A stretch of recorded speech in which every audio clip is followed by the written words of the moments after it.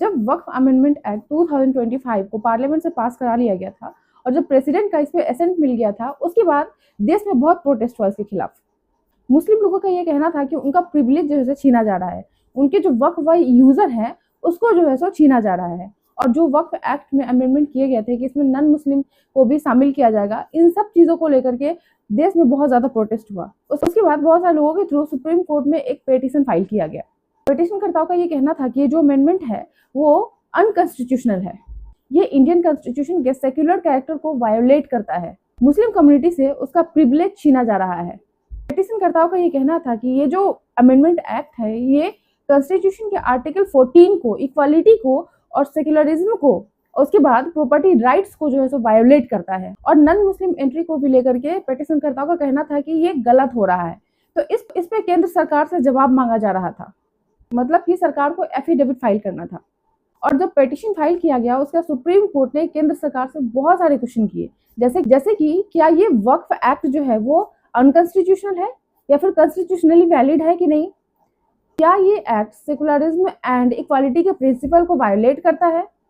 उसके बाद ये पूछा गया कि ये जो पावर वक्फ बोर्ड और वक्फ ट्राइब्यूनल को दिया गया है वो लीगली सस्टेनेबल है कि नहीं है। इसलिए सुप्रीम कोर्ट ने सरकार से डिटेल्ड एंड बैलेंस जो है सो आंसर मांगा था। सुप्रीम कोर्ट ने पूछा था कि ये जो रिलीजियस इंडोमेंट है इसको सेंट्रल और स्टेट गवर्नमेंट रेगुलेट कर सकती है क्या।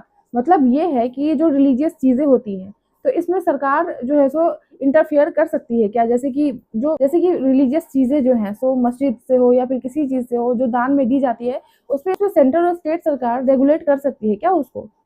तो इन सारी चीजों पे सुप्रीम कोर्ट ने केंद्र सरकार से आंसर मांगा था, क्लैरिफिकेशन मांगा था। तो क्या आपको पता है ये कॉन्स्टिट्यूशन के बेसिक स्ट्रक्चर डॉक्ट्रिन जो होते हैं अगर उसमें छेड़खानी होती है, उसके साथ कोई छेड़छाड़ किया जाता है तो सुप्रीम कोर्ट को यह हक है कि कोई भी एक्ट को वो अनकॉन्स्टिट्यूशनल घोषित कर सकता है, उसको जो है खारिज कर सकता है। तो सुप्रीम कोर्ट का ओवरऑल ये क्वेश्चन था कि ये जो वक्फ अमेंडमेंट एक्ट है ये कॉन्स्टिट्यूशन के बेसिक स्ट्रक्चर डॉक्ट्रिन को वायलेट तो नहीं करता है, सेक्युलरिज्म से लेकर के इक्वालिटी से लेकर के रिलीजियस मैटर पे, इन सारे मैटर पे ये वायोलेट तो नहीं करता है। तो इसमें सेंट्रल गवर्नमेंट का आंसर आया है। सेंट्रल गवर्नमेंट ने एफिडेविट फाइल किया है और सेंट्रल गवर्नमेंट ने सुप्रीम कोर्ट को ये बोला है कि ये जो पिटीशन फाइल किया गया था इसको जो है सो रद्द कर दिया जाए, क्योंकि हमने बहुत सारे एग्जामिनेशन किए हैं इसको लेकर के। क्योंकि सेंट्रल गवर्नमेंट का कहना है कि हमने ज्वाइंट पार्लियामेंट्री कमेटी बिठाई है, कितने बार इस मैटर को लेकर के हमने ग्राउंड लेवल पे छानबीन की है, ग्राउंड लेवल पे पूछताछ की है कि इसको अमेंडमेंट करना चाहिए कि नहीं करना चाहिए। उसी के बाद हमने जो है सो लोकसभा और राज्यसभा में इसको पास करवाया है। ऐसे ही हमने इस एक्ट को अमेंड नहीं किया है।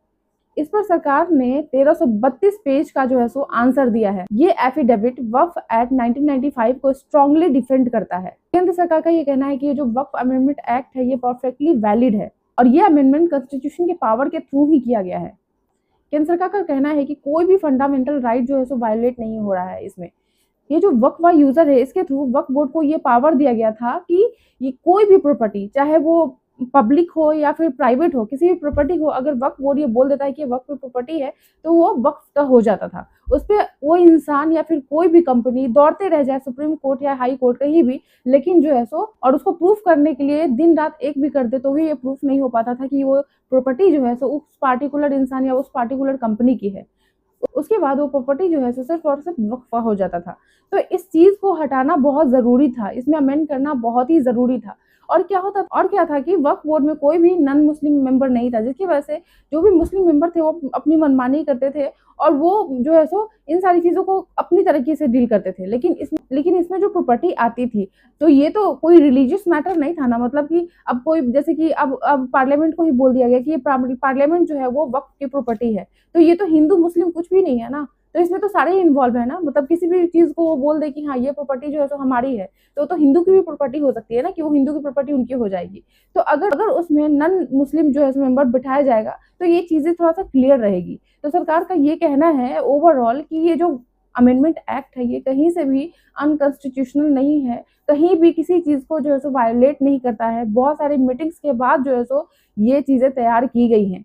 तो सरकार ने सुप्रीम कोर्ट को यही कहा है कि आप जो है सो इस चीज़ में इंटरफेयर नहीं कीजिए, क्योंकि हम कहीं से भी कुछ गलत नहीं कर रहे हैं, किसी भी चीज़ को वायोलेट नहीं कर रहे हैं। आपके पास जो पिटीशन आया है उसको रद्द कर दीजिए और इस मैटर पे जो है सो टाइम नहीं लगाइए, इसको जो है सो और इस मैटर पे जल्दी से जल्दी फैसले सुनाइए, ताकि जो है सो आगे का प्रोसेस हो सके। आई होप आपको ये वीडियो पसंद आया होगा। अगर पसंद आया तो कमेंट करके ज़रूर बताएं, अपनी राय भी दें कि इस पे क्या आपकी राय है। और अगर आपने मेरा चैनल सब्सक्राइब नहीं किया है तो प्लीज़ मेरे चैनल को सब्सक्राइब करें। मिलते हैं मैं आपसे नेक्स्ट वीडियो में, तब तक के लिए जय हिंद।